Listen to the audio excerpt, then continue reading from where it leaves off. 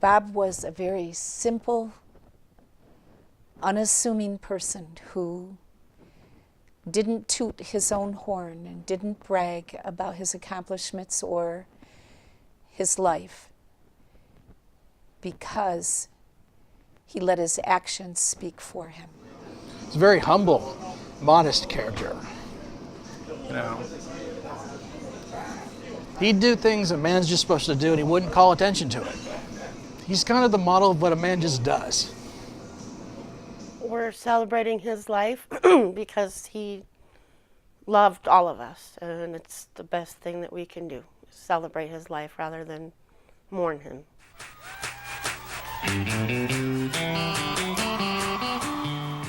He was a very good father. As time went by, both of us, as God worked in our lives and matured us and grew us, we both realized that family was very, very important. And if we failed with our children and raising them, then everything else was nothing.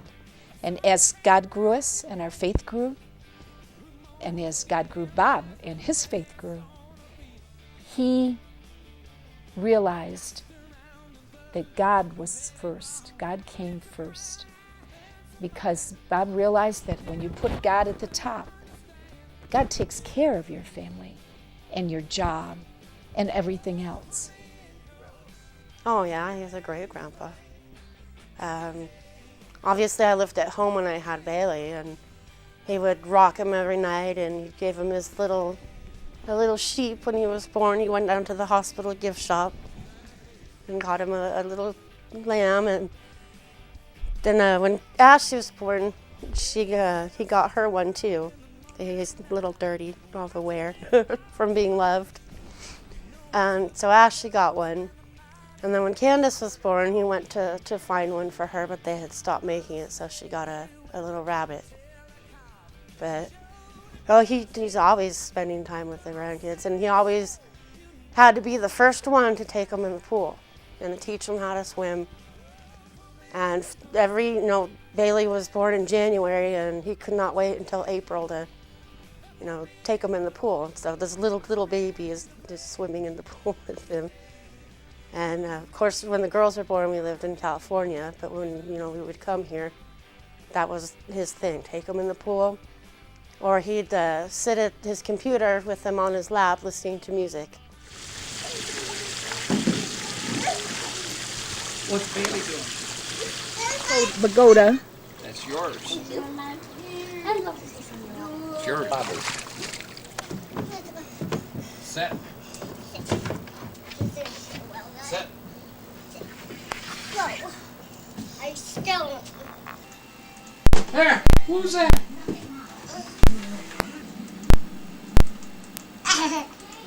Cake. Show Grandpa. Is that your cake? Who made your cake? Grandpa, do you see my kitty pajamas? Huh? Do you see my kitty pajamas? Uh-huh. Left, you circle left, left, left. Now circle right, the other way back. Circle right, keep on going, don't you stop. Now circle till you're home, keep on going around, you go. Grandpa with his new granddaughter Candace, just meeting her for the first time.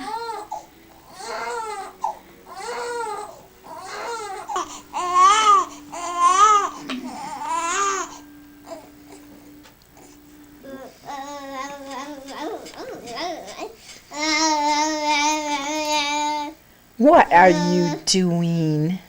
He was kind of a father figure in Bailey's life. He was, the man figure in Bailey's life, and he's one of the reasons that, one of the people that taught Bailey how to be a man and a good man. And there's really no bad qualities that he had that the kids can carry on. That's nothing but good. So if they take anything, it'll be a good quality. He called him Bubba Louie. That was Bubba Louie. Hey, Bubba. In fact, that's what Bailey said when he passed away, is He wrote something really nice on Facebook saying, now I'm never going to hear him say Bubba again. But he was very proud of Bailey that he was in the Marines. He's very, very proud. And actually, on October 1st, Bailey made sergeant. And he would have been very, very proud of that. So when Bailey was a baby, my dad was reading him the Limbaugh letter, and there's a picture of Hillary Clinton, and my dad pointed to it and said, this lady's a witch. And Bailey started crying. So that was pretty cute. The Limbaugh letter. See? Good man. Right? Good guy. Now let's see if we can find some bad guys in here. Name it. Name it. Aha. There's one right there. Jesse Jackson. Panetta. The idiot that's our temporary president. Patsy Schroeder. Gephardt. And there's the witch right there. They got a muzzle on her now, so she can't screw things up for Bubba. Right? Yeah, he was quite the handyman. He learned carpentry at a young age, probably watching his dad, who wasn't bad. And Andrea found pictures and stuff and reminded all of us that he built Scott and Andrea and their friends out in our backyard a beautiful playhouse, like a fort. We didn't have a tree to put it in, but he built them a house where they could go to the top of it and using a rope or whatever, and some people would call it a playhouse, but our kids enjoyed it very much. Bob Phillips, if you don't turn around and look at me, I won't go away.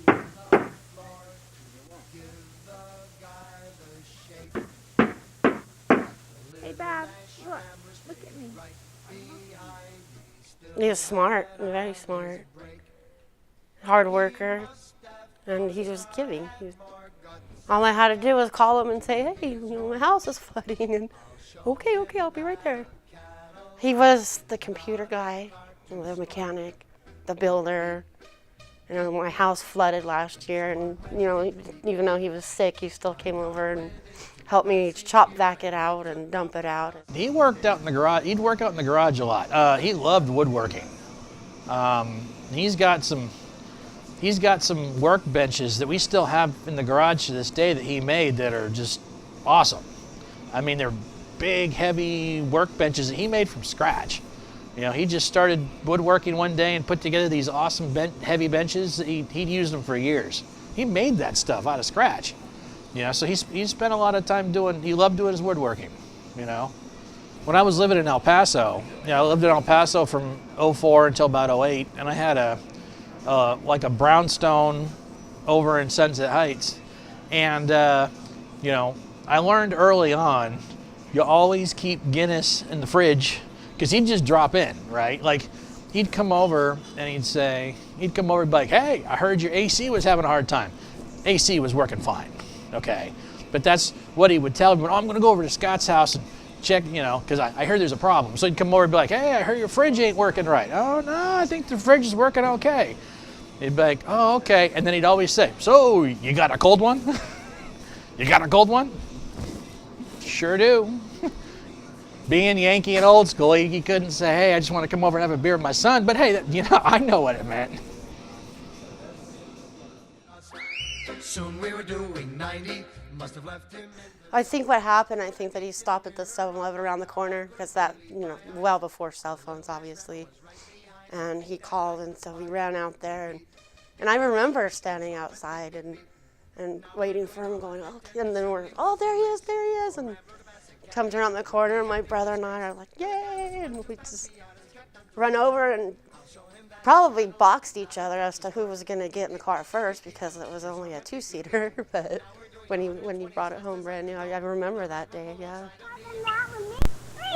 Here comes Daddy with his new toy. With his new teacher toy. Yep, you're right.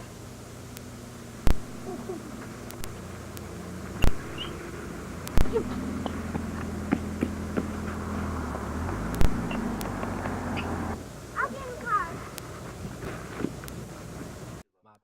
loved the American-made cars. He didn't like Jap cars. And he refused, he told me if I ever got a Jap car, he wouldn't work on it. No oil changes, no brakes, nothing. But he loved his Corvettes. He always wanted a Corvette. I think like the 67 or 68 Corvette, something like that. He always wanted one. And of course the old classics like the Bel Airs and the 67 Chevys and stuff like that. Yeah. There's pictures of him riding dirt bikes and in dirt races, and he was not an adrenaline junkie, but he really liked the excitement and the thrills. Oh yeah, at the amusement parks, he was always the one that's going to go on the roller coaster with you. Always. My mom wouldn't go on the roller coasters, but it was, okay, Dad, which one are we going to go on first? And so that was cool.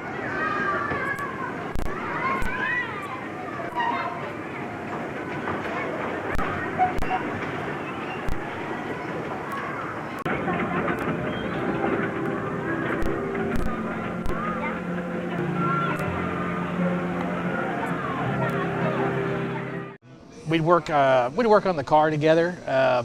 We had this terrible MG, this '79 MG. It was a real piece of junk. And my senior year, we, as a kind of father-son project, I needed a car, and it was just kind of sitting in the front yard. So we tore it down, took everything off it, sent it off to be painted, and then when it came back, we built it all back up again, put everything on, and so I drove that around my senior year of high school. And I went off to college, and I came back a year later, and I was driving home from work, and I ran it without oil and killed the engine. So we tried to fix it after that, but it required some parts they just didn't have in El Paso anymore. So we ended up selling it. But that was a good memory there. We spent a lot of time working on that car, and I hadn't really worked on cars much before then, and I spent a lot of time under there, hoisting the transmission and working with wrenches and stuff like that. So it kind of got me into cars more.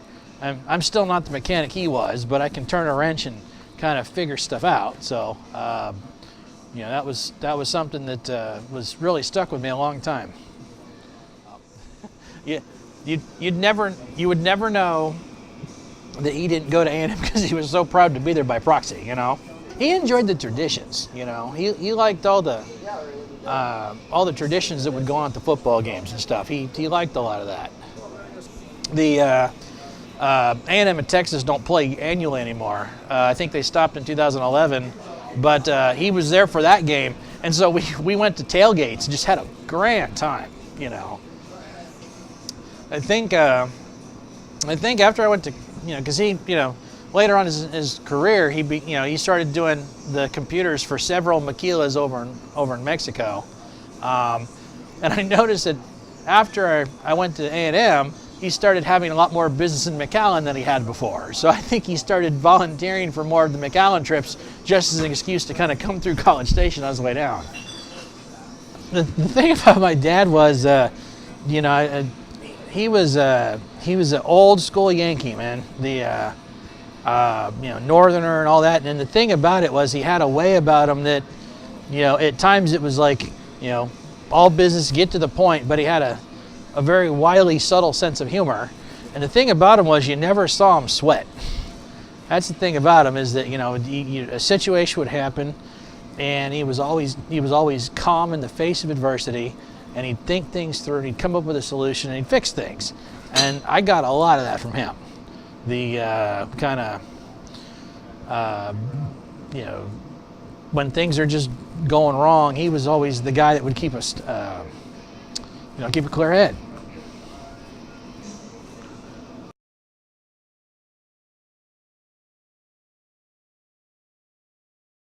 I actually saw his relationship with God grow as he did start going to church and accepting religion more. So it was a kind of cool side of him that we got to see that, we didn't see growing up.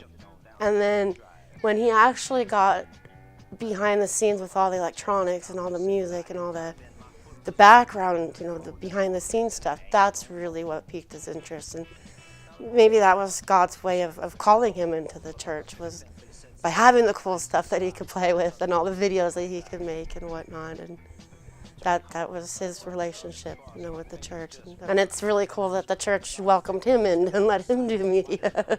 In my view, he interacted with the church was through service. If something happened, he's the one going to the person to help him. So I think it was more applicable to what the scriptures say to do. Which I guess you could say he took from the Bible the lessons that it was meant to teach. I mean, he had a humble nature about him. I think he had the heart of a mediator. I think that would have, if he didn't go into IT, that might have been his calling, was doing mediation or something like that, because he could go to both sides and be like, come on, and kind of get people talking, So I think that would have been something he would have been good at. He helped Marge Sturdy. She would never have been able to do as much as she did on the computer, I think, if it hadn't been for Bob. Whenever she had a problem, he was right there getting her computer back online, and he helped everybody. Here's your new computer. My what? Your new computer, Marge. Everybody chipped in that we talked to that wanted to be a part of this. So you've got a new computer. No kidding. Windows 7. No kidding. I can't believe that. Pretty cool, huh? An amazing thing happened when we got Mikey. I already thought that our relationship was pretty good, but when Mikey came into our world and we adopted him from a shelter, Bob and I really started laughing more together at Mikey's antics. It was almost like every day was the Mikey show. Mikey had a love for water, not for baths, mind you. But the biggest thing that Mikey liked was the water pump on the pool. When Mikey came out, he'd run right to that pump. He'd get right up there expectantly, and he would want Bob to, it was like, here I am, let me have it. It was just phenomenal. And Bob just couldn't wait to show somebody, hey, you want to see something funny? Let me show you something. And he'd show Mikey off and turn that pump on.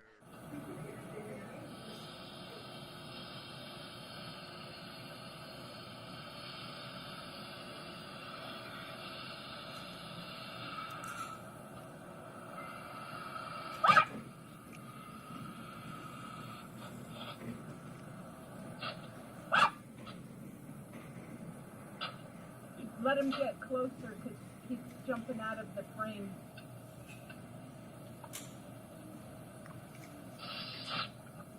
Ira Hayes, call him drunken Ira Hayes. We were married 43 years, and one day we were sitting there, and I turned and I looked at him, and I couldn't believe when he looked back at me, he smiled at me. We were at home, we were in the trailer, and I thought, my goodness, that's the most beautiful smile I have ever seen. When did he ever get that smile? I've never seen him smile that way, that beautiful, beautiful way. And I even asked him, when did you get that smile? I've never seen that smile. It's beautiful. And I said, let me get my camera. Don't move. Let me get my camera. And I'd run, and I'd find my camera, and I'd come back, and I'd say, okay. And I could take 5 pictures, 10 pictures, 15 pictures, but I wouldn't capture that same smile. And every time then, a few days, a few weeks later, I'd look, and there was that smile again, and I'd try to capture it again. And I wasn't able to truly capture it 100%. And it was so beautiful. When I asked him, where'd you get that smile? He said, I don't know. Anyway, We celebrate Bob's life because he lived it to the fullest. He wasn't just a taker, he was a giver. He gave back, and he touched so many people, and he was loved by so many people. And that's why we need to celebrate his life. That's why I want to write a book about our journey with leukemia and about him, because it's relevant, it's right to do so, and it would be a book that would inspire other people.